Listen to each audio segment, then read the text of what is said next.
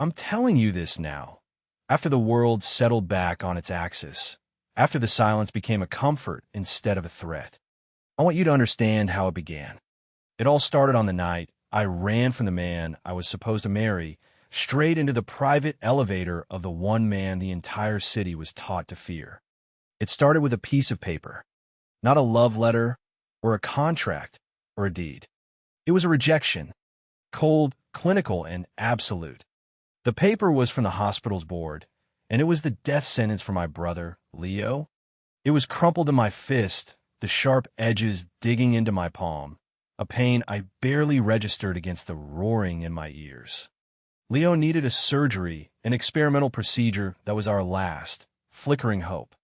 And the man who could approve it, the man who held my brother's life in his skilled, celebrated hands, was my fiancé, Dr. Marcus Thorne, the city's golden boy, a brilliant cardiac surgeon, philanthropist, the handsome face of modern medicine. I found him at the annual Hospital Foundation Gala, a sea of glittering diamonds and tailored suits. He was holding a flute of champagne, laughing with a hospital benefactor, the very picture of charming authority. When he saw me pushing through the crowd, his smile tightened at the edges. It was a subtle shift, invisible to anyone else, but I knew it well. It was the look he got before the cruelty began. "Alara," he said, his voice is smooth, public caress that was a private warning. "What a surprise. I didn't think you were coming. We need to talk." I whisper, my voice raw. "It's about Leo." I held out the crumpled letter. The board rejected him. Marcus's eyes flickered to the paper, then back to my face, his expression one of carefully curated concern. He placed a hand on my arm, a proprietary gesture for the audience. "Darling, we can discuss this at home. This isn't the time or the place." "There is no time," I insisted, my voice cracking. "The doctor said weeks, Marcus. Weeks. You're the head of the trial. You can fix this. You just have to make a call." His grip on my arm tightened, the pressure of his fingers a sharp, painful promise. His sister, Isabel, drifted over, her silk dress rustling like dry leaves. Her eyes, so like his, were chips of ice. "Is everything all right, brother?" she asked, her gaze sweeping over my simple dress with theatrical disdain. "Alara is just a little overwrought," Marcus said, his voice dripping with condescending pity. He was performing for them now. "She's emotional about her brother. It's understandable." He turned his full attention to me, his voice dropping to a stage whisper that carried through the sudden lull in conversation around us. "You are making a scene, Alara. You know the rules for the trial are strict. We can't make exceptions based on personal relationships. It would be unethical. Unethical." The word hung in the air, a perfectly polished lie. I knew the truth. He wanted my family's old home, the one my parents had left to me and Leo. He'd been pressuring me to sign it over to him for months, a premarital investment in our future. My refusal was Leo's death warrant. "This isn't about ethics," I said, my voice gaining a desperate strength. "This is about a house. This is about you punishing me." A collective gasp rippled through the onlookers. Marcus's face became a mask of wounded dignity. "My God," he breathed, shaking his head as if in sorrow. I knew she was under a lot of strain, but this is delusional. He looked at the circle of staring faces, his patrons, his colleagues. "My fiancée has been struggling," he announced, his voice ringing with false sincerity. "Her brother's illness has taken a terrible toll on her mental state. She's creating fantasies, conspiracies. She needs help, not a public stage." Humiliation washed over me, hot and suffocating. He was painting me as unstable, a hysterical woman. It was his favorite tool. Isabel stepped forward, her face a perfect porcelain sneer. "You should be ashamed of yourself," she hissed, low enough for only me to hear. "Try to ruin him with your pathetic, gold-digging desperation." My world narrowed to his calm, victorious face. He had won. He had turned my desperation into a spectacle, my love for my brother into a symptom of madness. I couldn't breathe. I turned and fled. I pushed through the crowd, ignoring the whispers, the pitying looks. I just ran. Down marble hallways, past grand portraits of long-dead benefactors, my cheap heels slipping on the polished floors. Tears blinded me, hot and furious. I took a wrong turn, shoving through a heavy door marked staff only, seeking an escape from the gilded cage. The sudden quiet of the service corridor was a relief. It was concrete and steel, a different world from the ballroom. I leaned against the cool wall, gasping for air, the rejected letter still clutched in my hand. Down the hall, a light flickered above a set of unmarked stainless steel doors. They slid open silently.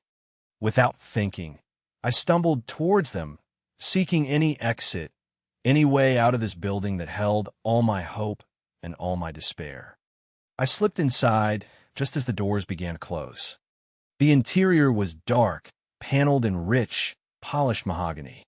It was not a service elevator, and I was not alone. Two men stood in the soft light. One was enormous, a mountain in a perfectly tailored suit, his hands clasped in front of him. His face was stone, his eyes missing nothing.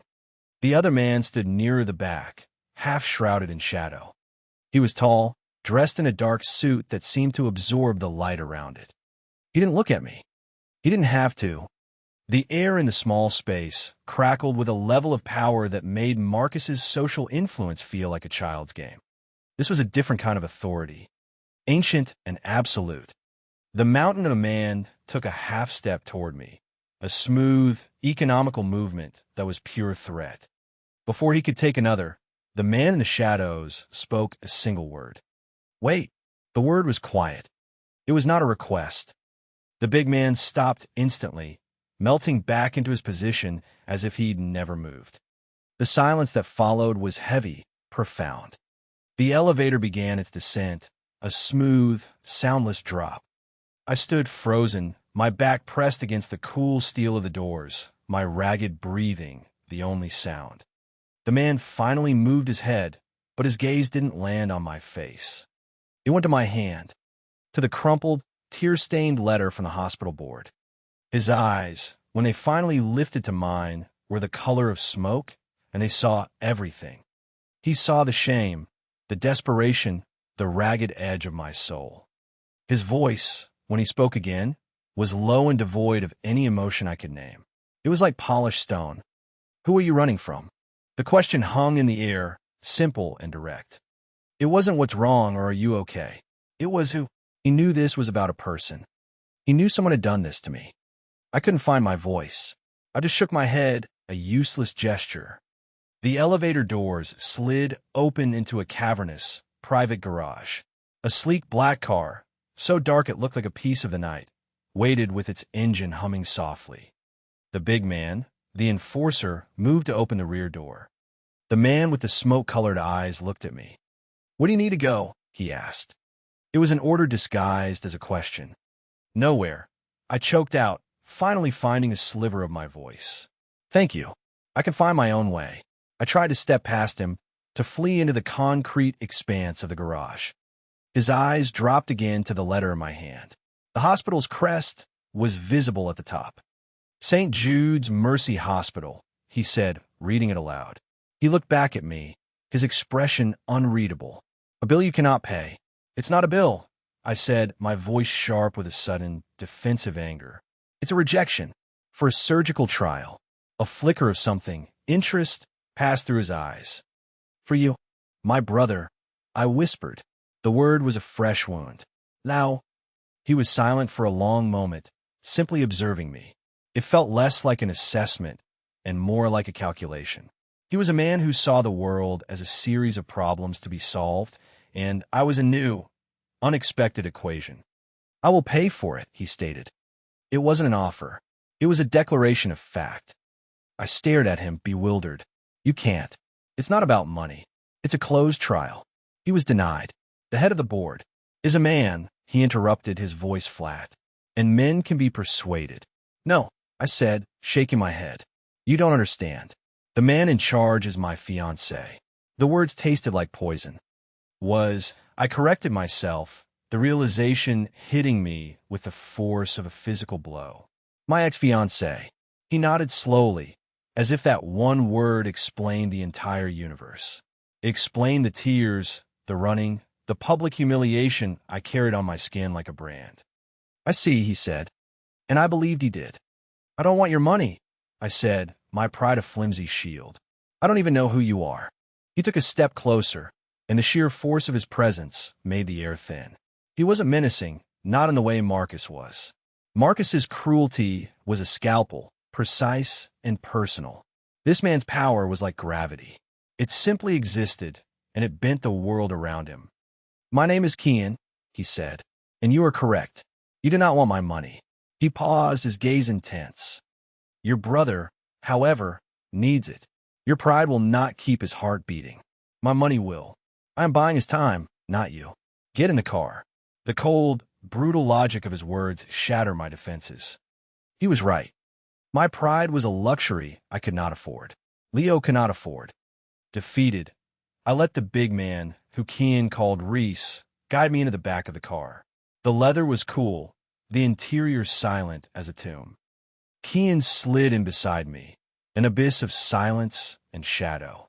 He didn't speak to me. He picked up a phone. He dialed a number. It's me, he said, his voice the same quiet, authoritative tone. I have a name. Leo Vance. He's a patient at St. Jude's. He was denied entry into the Thorne cardiac trial. I want you to reverse that decision. He's to be prepped for surgery in the morning. Top floor, private suite. The best team. Not Thorne. Someone better. He listened for a moment. I don't care what you have to do. The hospital's new pediatric wing is funded by my foundation. Remind the administrator of that. It is a very generous foundation. It can also be a very vindictive one. Fix it. He hung up. Just like that. No pleading. No negotiation. Just a quiet, unbreakable command. I stared at him, my mind reeling. The ease with which he had wielded his power was terrifying. He spoke of foundations and hospital wings like they were chess pieces. Who are you? I whispered, the question feeling more urgent now, more dangerous. He turned his head, his eyes meeting mine in the dim light of the car. I'm the man who is saving your brother's life, he said simply. Tonight, that is all you need to know. Reese drove us to the hospital. We didn't use the main entrance. We went through a private rear door, into a service elevator, and up to the top floor. The hospital that had cast me out less than an hour ago now bent to his will. A flustered administrator met us, his face pale, his eyes darting nervously toward Kian. Mr. Kian, he stammered. There was a clerical error regarding the Vance boy. A terrible misunderstanding. Of course, he is a prime candidate for the trial. We are prepping him now. Dr. Eva Rostova, our chief of pediatric cardiology, will be leading the procedure herself. He didn't even glance at me. I was irrelevant. All that mattered was the man standing beside me. They led me to Leo's new room. It was a suite larger than my entire apartment, with a view of the city lights. Leo was asleep, his face pale against the white pillows, blissfully unaware of the war being waged over his life. I sat by his bed, holding his small, cool hand. I thought Kian would leave. His part was done. The problem was solved. He did not leave. He and Reese stood in the hallway outside the room, two silent, dark-suited sentinels. Later, when they moved Leo for prep, I went to the surgical waiting room. It was empty, sterile, and cold. Kian followed me. He took a seat across from me. Reese stood by the door. For hours, we sat in silence. The clock on the wall ticked, each second an eternity. He didn't look at his phone. He didn't make any calls. He just sat there, a still, quiet presence in the fluorescent glare of the empty room. It was the strangest act of kindness I had ever witnessed. It wasn't soft or comforting. It was hard, unyielding. It was a silent declaration. I started this, and I will be here until it is finished. Sometime before dawn, a nurse came to tell me Leo was out of surgery. Dr. Rostova had called it a complete success. Relief washed over me so completely that my knees buckled. Kian was there. He didn't touch me, but he moved to stand closer, as if his proximity alone could hold me up. It did. I spent the next 2 days in a blur at the hospital. Leo was in recovery, stable, and improving by the hour. The color was returning to his cheeks. Kian was gone. He had vanished as silently as he had appeared, leaving behind only the paid-in full hospital bill and a private security guard stationed outside Leo's door. I almost convinced myself he had been a fever dream. Then Marcus appeared. He cornered me in the hospital cafeteria, his face a thundercloud of rage and confusion. "What did you do?" he demanded, his voice a low snarl. "Who did you talk to? Rostova won't even take my calls." "I didn't do anything," I said, my voice steady. For the first time, I wasn't afraid of him. "Don't lie to me, Ilera," he spat. "A patient I personally rejected is now in my hospital's best suite, operated on by my chief rival." Someone pulled strings. "Who was it?" When I didn't answer, his eyes narrowed. "Was it that man from the gala? The one you disappeared with? Do you have any idea who you're dealing with? You think you've found some protector, but you've just traded one cage for another. You stupid little fool." He grabbed my arm, his fingers digging in. "You will call him off," he hissed. "You will tell everyone there was a misunderstanding. You will come back, and we will proceed as planned. If you don't, I will make sure your brother's recovery is complicated. A misplaced decimal on a medication order. A chart that goes missing. Accidents happen." The threat was unmistakable. Cold terror, colder than anything I had felt before, seized me. He wasn't just trying to control me anymore. He was threatening Leo's life. Before I could even react, a shadow fell over our table. It was Reese. He said nothing. He simply looked at Marcus's hand on my arm. Marcus snatched his hand back as if he'd been burned. A flicker of genuine fear crossed his face. He knew who Reese worked for. Everyone in the city's upper echelon did. "We're watching," Reese said, his voice a low rumble. It was the first time I had ever heard him speak. Then he looked at me. "Mr. Kian wants to see you." Now, Marcus paled, his bravado evaporating. He stood up and walked away without another word. Reese led me out of the hospital to the same black car. This time, Kian wasn't in it. "Where are we going?" I asked, my heart hammering against my ribs. "Somewhere safe," Reese replied. The drive was long. We left the city, heading toward the mountains that loomed in the distance. The urban sprawl gave way to dense forest. We turned onto an unmarked gravel road and pulled up to a small, isolated cabin. It was modern, made of dark wooden glass, but it was utterly Spartan. Kian was waiting on the porch. He watched me get out of the car, his face impassive. "Thorn threatened you," he stated. It wasn't a question. I nodded, unable to speak. "He won't get near your brother again," Kian said. "I've doubled the security at the hospital. They have orders to deny him access to the entire floor. But you are not safe. So you brought me here?" I asked, looking around at the empty woods. "To hide me. To protect you," he corrected. "Until this is resolved." The cabin was one large room with a small kitchen, a bathroom, and a fireplace. And one bed. My eyes were drawn to it immediately. A single bed, neatly made, in the corner of the room. The air grew thick with a new kind of tension. "Reese will be stationed at the end of the road. No one gets in or out," Kian said, ignoring my obvious observation. "We have enough food for a few days." As night fell, a deep, penetrating cold seeped into the cabin. Kian went to the thermostat. He frowned. "The heating is out." Of course it was. He built a fire in the hearth, but it did little to warm the large, open space. The cold clung to the glass walls and wooden floors. I wrapped my arms around myself, shivering. Without a word, he took off his suit jacket and draped it over my shoulders. It was heavy, warm from his body, and smelled faintly of expensive cologne and something else, something clean and sharp like winter air. The gesture was so unexpectedly gentle, it caught me off guard. We ate a simple meal of bread and cheese in near silence. The only sound were the crackling of the fire and the wind howling outside. When it was time to sleep, the single bed stood between us like a silent accusation. "You take the bed," he said, his voice flat, leaving no room for argument. He pulled a thin blanket from a closet and settled into an uncomfortable-looking armchair near the dying fire.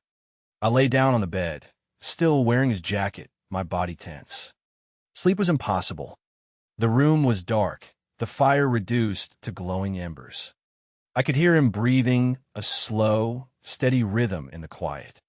"Why are you doing this?" I finally whispered into the darkness. He was silent for so long I thought he wouldn't answer. "When I was a boy," he said, his voice a low murmur, "my sister was sick.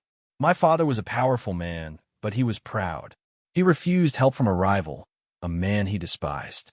He let his pride dictate his choice." He paused. The silence that followed was heavier than anything that had come before. "She died," he said simply. "I watched a man's ego steal the person I loved most. I will not watch it happen again." The confession was stark, stripped of all emotion, yet it was the most vulnerable thing I had ever heard. It explained everything. The immediate intervention, the hatred of prideful men, the quiet vigil at the hospital. He wasn't protecting me, the stranger. He was protecting the memory of his sister. "I am sorry," he whispered. "Do not be sorry," he said, his voice hard again. "Be angry. Anger is a weapon. Pity is a weakness." We fell back into silence, but the space between us had changed. He had given me a piece of his past, a key to the locked rooms of his soul. Sometime in the deep cold of the night, I must have drifted off. I woke to a strange warmth. Kian was standing over the bed, placing another blanket on top of me. His face, illuminated by the faint moonlight filtering through the windows, was unguarded for a split second. I saw a weariness there, a profound loneliness that his power and wealth could not touch. He thought I was asleep. His fingers brushed my cheek as he tucked the blanket in, a feather-light touch that sent a jolt through me. His hand froze. I opened my eyes. We stared at each other in the half-light, the air charged with an unspoken current. He pulled his hand back as if burned, his mask of stoicism slamming back into place. He turned and walked back to his chair without a word. But the moment lingered, the ghost of his touch on my skin. The next morning, the cold was even more bitter. I woke up huddled under the pile of blankets, Kian's jacket still wrapped around me. He was already awake, standing by the large window, looking out at the frost-covered trees. "I need to go back," I said, my voice hoarse. "I need to see Leo. Reese will check in with the hospital every hour." "He is safe," Kian replied, not turning around. "It's not enough. I need to be there. Please, you can't keep me here." He finally turned to face me. His expression was firm, unyielding. "Thorn is a cornered animal now. He's lost his prized patient, his control over you. He is unpredictable and dangerous. You will stay here until I have neutralized the threat." "You refuse to let me leave?" I asked, a spark of defiance rising in me. "I refuse to let you be harmed," he corrected. "There is a difference." He was right, but his control, even for my own protection, chafed against the raw wounds of Marcus's possessiveness. "You are working on the difference between ordering and asking," I said, the observation dry. A corner of his mouth twitched. It wasn't a smile, but it was the closest I had ever seen. "I am," he admitted. "But for now, I am ordering. For your safety." Before I could argue further, Leo called. Reese brought the satellite phone in, his face grim. My brother's small voice, weak but clear, filled the room. "Alara, are you okay? A nurse said you went on a trip." "I'm fine, sweetie," I said, forcing a cheerful tone. "I'm fine. How are you feeling?" "Better. Dr. Rostova is nice. She gave me a new video game." He paused. The scary man came back. My blood ran cold. "What scary man, Leo?" "Dr. Thorne," he whispered. The security men wouldn't let him in my room, but I saw him in the hall. He looked really, really angry. I looked at Kian. His face had hardened into granite. "Leo," I said, keeping my voice calm. "You stay with the nice security men, okay? They're your friends. And don't talk to Dr. Thorne. Not ever." "Okay," he said. "When are you coming back?" "Soon," I promised, my heart aching. Very soon. After the call, Kian was a different person. The quiet stillness was gone, replaced by a palpable, controlled fury. "He went to the hospital," Kian said, his voice dangerously low. "He tried to get to your brother. He made another call. His instructions were brief and brutal. He was gathering his weapons." Over the next few days, information trickled in. Reese would bring reports. Kian was having Marcus's entire life dismantled, piece by piece. Financial records appeared, showing embezzlement from the hospital's charity foundation. Testimonies from former nurses surfaced, detailing instances of medical negligence that Marcus had covered up. They even found a recording. A disgruntled board member had recorded Marcus boasting about how he used the surgical trial to leverage donations and punish rivals. In it, he specifically mentioned denying a charity case, Leo, to teach his ungrateful fiancée a lesson. It was a mountain of evidence, cold, hard, and undeniable. As I watched Kian orchestrate this campaign, I saw the truth of his power. It wasn't just in making calls and demanding action. It was in the meticulous gathering of facts, the patient application of pressure. He wasn't a thug. He was a strategist. During this time, we lived in the strange intimacy of the cold cabin. We spoke little, but a silent understanding grew between us. I learned to read the subtle shifts in his posture, the tightening of his jaw. He seemed to know what I needed before I did. A cup of tea, a moment of silence, the reassurance that Leo was safe. One evening, I was reading a book by the fire when Leo called again. This time he was bright, cheerful, and full of energy. He asked to speak to Kian. Hesitantly, I passed the phone over. Kian looked surprised, but he took it. "Hello, Leo," he said, his voice softer than I had ever heard it. I could hear Leo's small voice buzzing from the receiver. Kian listened intently. He nodded. I am another pause. "No, I'm not." He listened again, and this time, the impossible happened. A genuine, small smile touched Kian's lips. "I will tell her," he said, and handed the phone back to me. "What did he say?" I asked after saying goodbye to Leo. Kian looked at the fire, the smile gone, but a warmth lingered in his eyes. "He asked if I was your new boyfriend," he said. "Then he asked if I was afraid of you. He said his mama, he meant you, was very strong and that I should be a little bit afraid of her. He said it was good for a man to be a little bit afraid of a smart woman." A laugh escaped me, the first real laugh in months. The sound surprised both of us. "He's not wrong," I said quietly. Kian looked at me, his gaze searching. "No," he said, his voice a low murmur. "He is not." A month after my flight from the gala, Kian announced it was time. "The Medical Philanthropy Board is holding its annual awards dinner tonight," he said, "at the same hotel. Thorne is receiving the Humanitarian of the Year award." The irony was sickening. "You will be attending," he continued. With me, fear coiled in my stomach. "No, I can't. I can't go back there." "You can," he said, his voice firm but not unkind. "Last time, you ran from him. Tonight, he will run from you. You will not be a victim in the story he tells. You will be the one who reveals the truth." He held out a garment bag. Inside was a dress. It was simple, elegant, a deep emerald green. It wasn't flashy or ostentatious. It was a dress that spoke of quiet confidence and dignity. It was a suit of armor. When we arrived at the gala, heads turned. The sight of Kian, a man who moved in shadows, at a public event like this was a shock. The sight of me on his arm was a scandal. Whispers followed us like a cloud of insects. I saw Isabel across the room. Her face went pale, then twisted into a mask of pure venom. We took our seats at a table near the front. Kian was perfectly at ease, a predator in a room full of gazelles. I felt like I was going to be sick, but I held my head high, channeling the strength he seemed to believe I possessed. The evening dragged on. Finally, it was time for the main award. Marcus took the stage to a round of thunderous applause. He looked magnificent under the lights, his smile warm, his eyes shining with false humility. He began his acceptance speech, his voice smooth as velvet. "Humanitarianism," he began, "is not just about grand gestures. It is about the quiet, daily acts of compassion. It is about lifting up those who have fallen, guiding those who are lost." His eyes found mine in the crowd. This past year has taught me profound lessons about compassion, both in my work and in my personal life. Sometimes, we are faced with heartbreaking situations. We see people we care for, vulnerable people, led astray by dark influences, making choices that we cannot understand. He was talking about me. He was painting himself as the jilted hero, and me as the foolish, troubled woman who had fallen into darkness. The crowd was eating it up, their faces full of sympathy for the poor, brilliant doctor.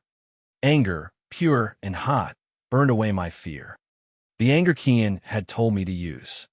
Marcus finished his speech, holding the crystal award aloft. "Thank you," he said, his voice thick with emotion. "I accept this not for myself, but for every patient who reminds us of the resilience of the human spirit." The room erupted in a standing ovation. As the applause began to die down, I stood up. I started walking toward the stage. A hush fell over the room.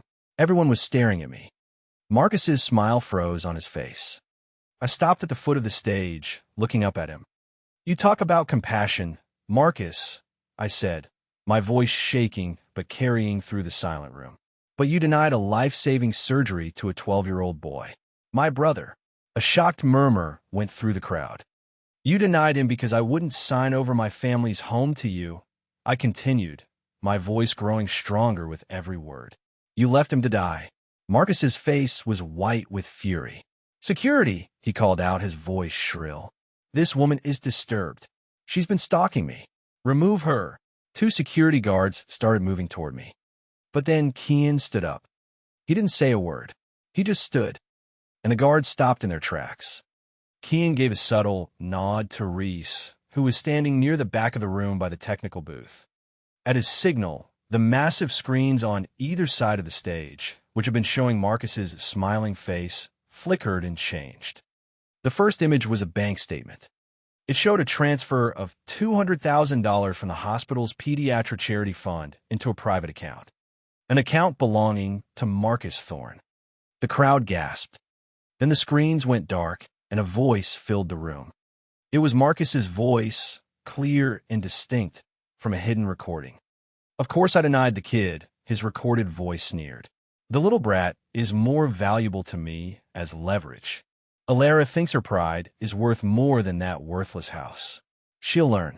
When her brother is gasping for his last breath, she'll come crawling back and sign whatever I put in front of her. They all do, eventually." The audio ended. The silence in the room was absolute. It was the silence of a tomb. Every eye was on Marcus, who stood frozen on the stage, his face a grotesque mask of horror and disbelief. The crystal award slipped from his numb fingers and shattered on the floor. His public persona, his entire life, had just been executed in front of everyone who mattered. The polished monster was finally unmasked. People began to stand up, turning their backs on him. The whispers were no longer of my instability, but of his monstrous cruelty. His career was over. His reputation was ash. I didn't stay to watch the fallout. Kian was beside me, his hand resting lightly on the small of my back, guiding me out of the ballroom. We walked out into the cool night air, leaving the ruin of Marcus Thorne behind us. Back at Kian's penthouse, a sprawling, minimalist space overlooking the entire city, I finally let myself tremble. The adrenaline faded, leaving me exhausted and raw. Leo was safe. I had checked before we left the hotel. Kian had already had him move that afternoon to a private, long-term recovery clinic in another state, under a different name. Marcus would never find him. The threat was truly, finally neutralized. I stood at the floor-to-ceiling windows, watching the distant, indifferent lights. "Why?" I asked, my voice barely a whisper. "Why did you do all of that for me?" He came to stand beside me, not too close, respecting my space. "I told you," he said, his voice quiet.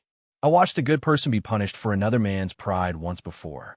I didn't have the power to stop it then." He paused. "I do now." He turned to face me, his expression serious. What I saw in that elevator was not weakness. It was loyalty. You were willing to face public humiliation, to beg the man who hurt you, all for your brother. Loyalty like that is the rarest currency in my world. It should be rewarded, not punished. My eyes filled with tears, not of sorrow, but of a profound, aching relief. He saw me, Not as a hysterical woman, not as a damsel in distress, not as a project. He saw my strength.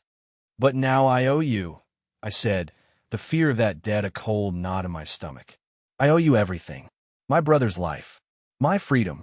You owe me nothing," he said, his voice firm. "A debt implies a transaction. This was not a transaction. I did not save you because you were weak and needed a rescuer. I cleared an obstacle from the path of a strong woman.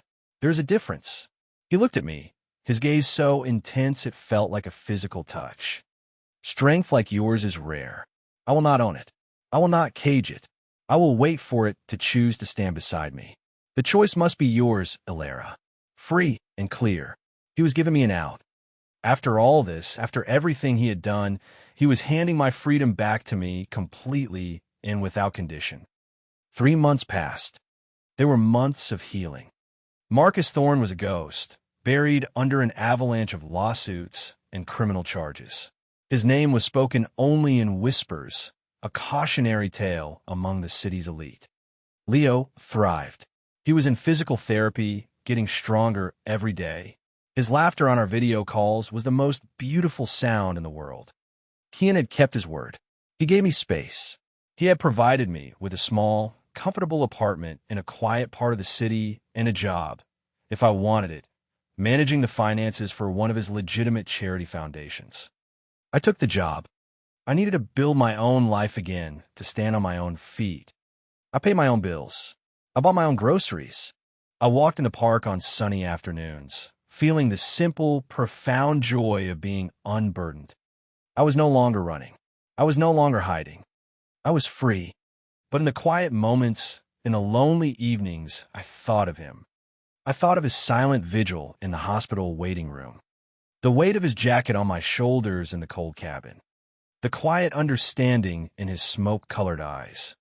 He had given me my freedom, but he had taken something with him. The silence in my apartment felt empty without his presence beside me. One crisp autumn afternoon, I knew what I had to do. My choice was made. I walked to the imposing glass and steel tower that housed his corporate headquarters. This time, I didn't stumble in by accident. I didn't need to be rescued. I walked through the main doors, my head held high. The receptionist at the front desk looked up, her eyes widening slightly in recognition. "I'm here to see Mr. Kian," I said, my voice calm and steady. "Do you have an appointment?" she asked, her tone polite but firm. "No," I said, "but he's expecting me." I didn't wait for her to call. I walked past her desk to the private elevator at the back of the lobby, the one I knew led directly to his office on the top floor. It was the same design as the one from the hotel, paneled in dark mahogany. This time, I rode it alone. When the doors opened, I was in a quiet, expansive office. Kian was standing at the window, looking out over the city, just as he had been that morning in the cabin. He turned as the doors slid open, as if he had sensed my arrival. There was no surprise in his eyes, only a quiet, patient welcome. He didn't speak. He just watched me as I stepped out of the elevator and into his world. I walked across the plush carpet until I stood before him. "You said you would wait," I said softly. "I did," he replied, his voice a low rumble. "The thing is," I said, a small smile playing on my lips, "I'm not very good at making powerful men wait." He took a step forward, closing the small distance between us. He raised a hand, his fingers gently tracing the line of my jaw, a touch that was no longer a ghost in the dark. It was real. It was a promise. He never rescued me. Not really. He simply saw the person I was, and he cleared the battlefield so I could win my own war. He gave me back my own strength, and in doing so, showed me the quiet, unyielding nature of his. True love isn't about being saved from the world. It's about finding the person who will stand with you while you save yourself. And he has been standing beside me ever since.